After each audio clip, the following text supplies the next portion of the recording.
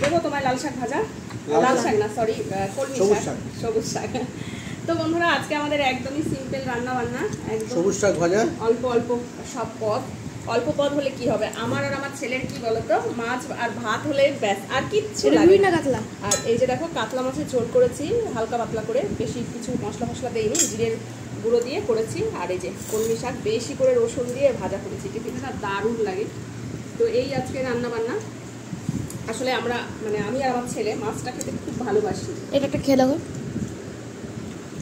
সঙ্গে আমার মাথা, তোমার মাথা ভালো এটা কলমি শাক অনেকদিন পর খেলাম।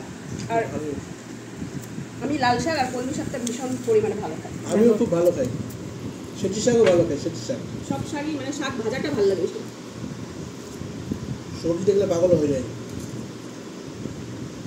ভালো হয়েছে বল খেতে, রসুন টুসুন দিয়ে করেছি তো বেশ ভালো লাগছে।